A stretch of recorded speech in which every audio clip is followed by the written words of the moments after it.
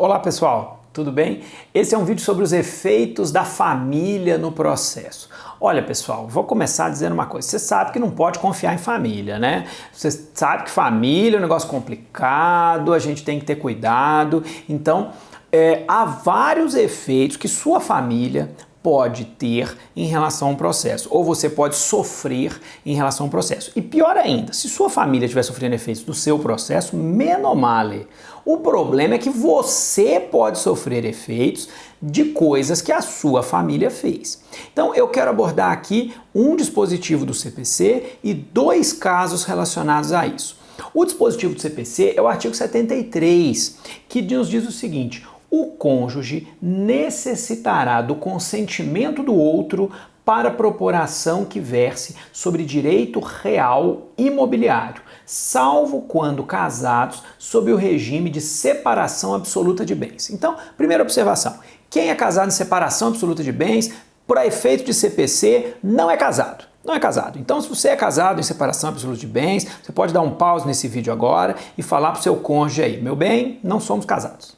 Não é casado. Esqueça que você não é casado para efeitos processuais.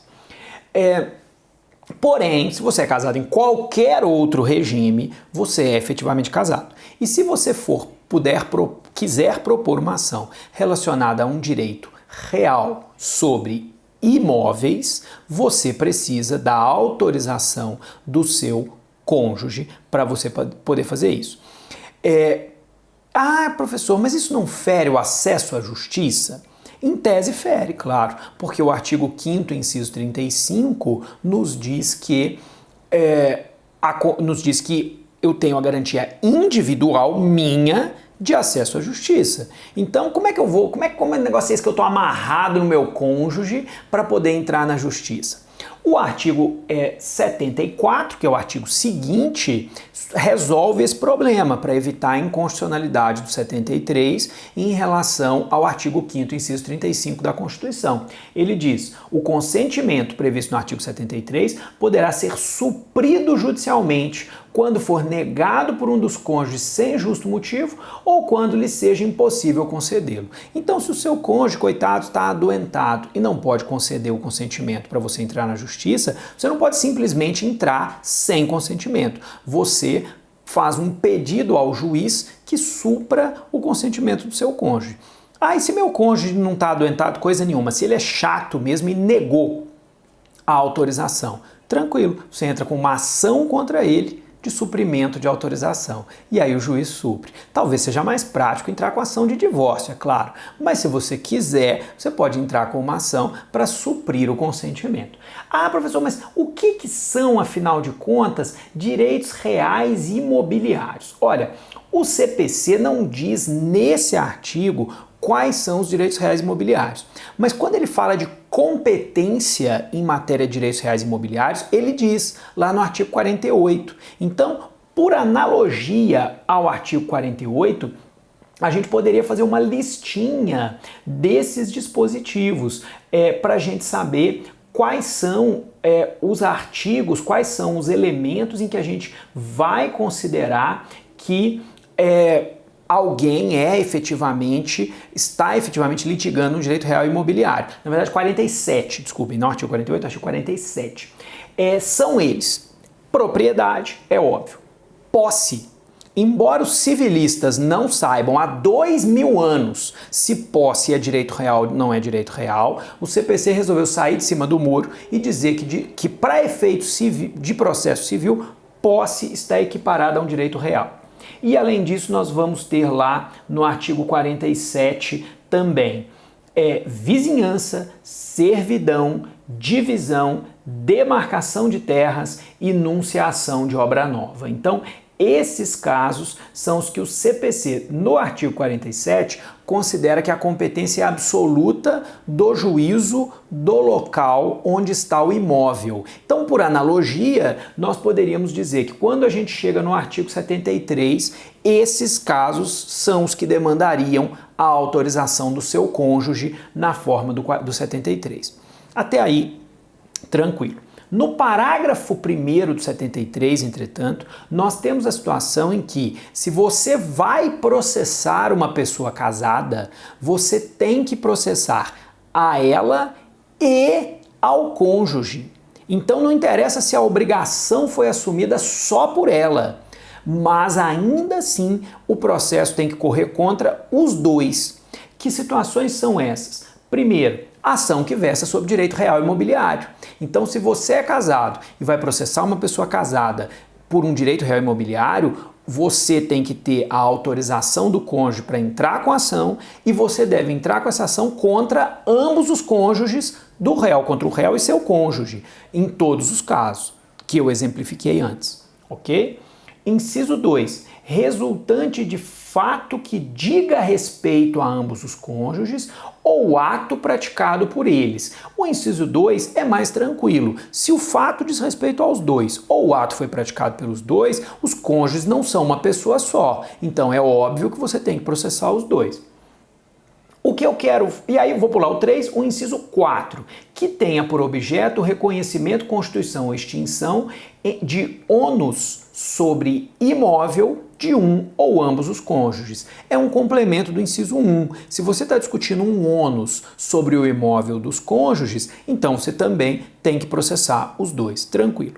O mais curioso para mim é o inciso 3, que eu pulei. Você tem que processar ambos os cônjuges se você entra com uma ação fundada em dívida contraída por um cônjuge a bem da família. Então, toda vez que uma dívida for contraída por um dos cônjuges a bem da família, você tem que processar os dois. Você teria que processar os dois, porque o código diz que ambos os cônjuges serão necessariamente citados, ok? Recentemente, nós tivemos duas decisões judiciais importantes de dívidas que foram consideradas contraídas a bem da família. Quais são elas? Primeira, o TRT do Rio de Janeiro, que é o TRT da primeira região, decidiu que a dívida relacionada ao trabalho doméstico é um crédito feito a bem da família. E por isso você pode redirecionar essa dívida contra uma pessoa diferente do empregador que está registrado lá na carteira de trabalho. Então, o crédito trabalhista ali não se volta apenas contra o efetivo empregador da pessoa, mas também contra a família que se beneficiou daquele trabalho. Então, dívida de crédito trabalhista seria uma dívida contraída a bem da família. Como aqui ninguém estuda direito do trabalho, né, eu não quero tratar muito disso. O que me interessa mesmo é uma decisão recente do STJ no julgamento do RESP 1472-316, julgado em dezembro de 2017, em que o STJ resolveu que a execução de título extrajudicial por inadimplemento de mensalidades escolares de filhos do casal pode ser redirecionada a outro consorte, ainda que não esteja nominado nos instrumentos contratuais que deram origem à dívida. Olha como esse caso é fantástico. Você tinha uma execução de mensalidade escolar de um menor. O contratante do serviço nominado no contrato era, vamos supor, aqui era a mãe, o julgado nos diz, o contratante era a mãe. A pessoa não pagou a escola executou a mãe não tinha bens suficientes para pagamento da dívida, a escola disse então, quero executar o pai. E aí o que o pai disse? Título executivo, meu amigo. Título executivo, eu tenho que estar nominado lá. Você não pode executar contra mim um título executivo que eu não assinei. Se esse título é executivo contra seu signatário, no caso, minha esposa. Contra mim, você não pode fazer nada porque eu não estou no rol das pessoas alcançadas pelo título executivo. Sabe o que o STJ disse? Você está sim. O STJ entendeu que há possibilidade de redirecionar-se a pretensão de pagamento para o pai na hipótese em que não for encontrado patrimônio suficiente junto à mãe, em nome da mãe. O STJ disse o seguinte, vejam que interessante, a legitimidade passiva ordinária é daquele que consta nominado no título. Entretanto, também existe legitimidade passiva extraordinária para execução que recai sobre aqueles que se obrigam pela lei ou pelo contrato à satisfação de determinadas dívidas. Note-se que o Código Civil, no artigo 202, dispõe nos artigos 1643 e 1644, dispõe que para manutenção da economia doméstica, o casal responderá solidariamente, podendo-se postular a execução dos bens do legitimado ordinário e do coobrigado, extraordinariamente legitimado. E aí o STJ vai dizer, nessa linha de raciocínio, não importa se o pai do infante não está nominado no contrato de prestação de serviços, pois o Código Civil estabelece a solidariedade do casal na solvência, inclusive, de empréstimos contraídos para a satisfação das necessidades domésticas por um deles, sendo incluídas em tais necessidades as despesas para o apoio emocional e material dos que integram a entidade familiar.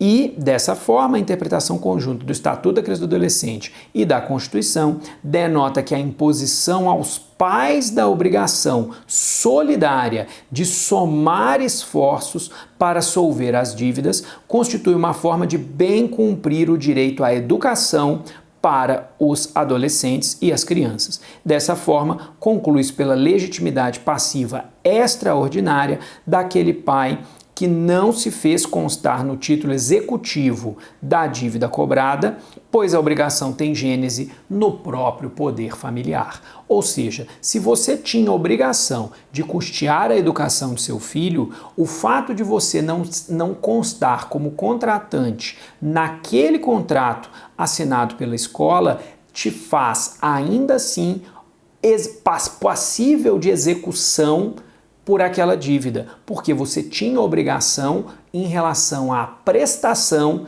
que é objeto da dívida, no caso, a educação do seu filho. Por isso, você também poderá ser executado, ainda que você não esteja elencado no título executivo. Então vejam, é uma hipótese que você pode voltar o título para quem não é devedor daquele título. Então, meus caros, saibam muito bem o que a sua família anda fazendo por aí, porque mais dia menos dia pode sobrar para você. Um abraço, até a próxima.